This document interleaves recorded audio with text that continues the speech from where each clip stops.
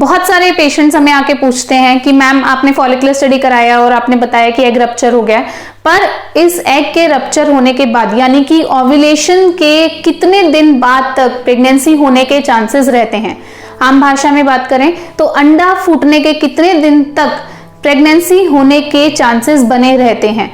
तो और इसके बाद हमें क्या प्रिकॉशंस लेने चाहिए कि हमारी प्रेगनेंसी पॉजिटिव रिजल्ट्स दे। तो इसके लिए सबसे पहले ये जानिए कि पुरुष का शुक्राणु और फीमेल का एग यानी ओवम, उसकी लाइफ कितनी है। जो मेल स्पर्म रहता है, मेल स्पर्म की जो प्रोग्रेसिव एक्टिव मोटाइल स्पर्म्स हैं वो तो अप टू 7 डेज तक रह सकते हैं, बट नॉर्मली हम मान के चलते हैं कि 48 टू 72 आवर्स तक मेल स्पर्म्स की लाइफ है। तो अगर आपने 2 दिन पहले रिलेशन बनाया था, सपोज आपने मंडे रिलेशन बनाया, तो वेडनेसडे तक आपके वो मेल स्पर्म्स फीमेल की बॉडी में रहेंगे। इस दौरान यानी 2 डेज के अंदर अगर कभी भी कंसेप्शन होता है तो प्रेगनेंसी के चांसेस, ओव्यूलेशन होता है तो प्रेगनेंसी के चांसेस बने रहते हैं। दूसरा, फीमेल एग। फीमेल एग को हम ओवम कहते हैं, यानी कि ओव्यूलेशन, अंडा फूट गया है। ओव्यूलेशन के कुछ सिम्टम्स आपको पता लगते हैं, कई बार डॉक्टर फॉलिकुलर स्टडी करवा के चेक करते हैं और एग जब रप्चर हो जाता है उसके बाद रिलेशन बनाने को बोलते हैं। फीमेल एग की बुकिश लाइफ जो है वो 24 आवर्स तक है। तो 24 घंटे तक स्त्री का बीज जिंदा रहता है यूट्रस के अंदर। तो इसलिए इतने दायरे में अगर आपका egg suppose 12th day ovulate हुआ है तो आप 11 से 13 डेज के बीच में रिलेशन बनाते हैं, 11वें दिन, 12वें दिन, 13वें दिन।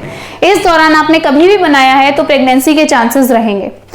अगर किसी को 14वें दिन पर एग ओव्यूलेट हुआ है तो उसे 13th, 14th, 15 3 दिन रिलेशन बनाने के लिए बोलते हैं। अगर आप कोई फॉलिकुलर स्टडी नहीं करवा रहे हैं, आपको कोई सिम्टम्स पता नहीं लगते हैं, तो आप पीरियड के 9वें दिन से 8वें दिन से पीरियड के 22वें दिन तक ऑल्टरनेट डेज में रिलेशन बनाइए।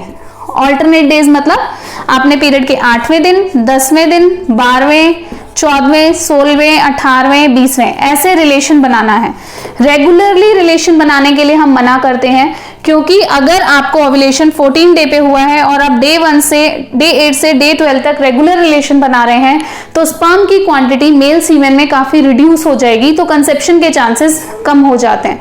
इसलिए हम अपने क्लिनिक पर नेचुरल कंसेप्शन के लिए ट्राई करने वाले पेशेंट्स को ऑल्टरनेट डेज रिलेशन बनाने के लिए बोलते हैं।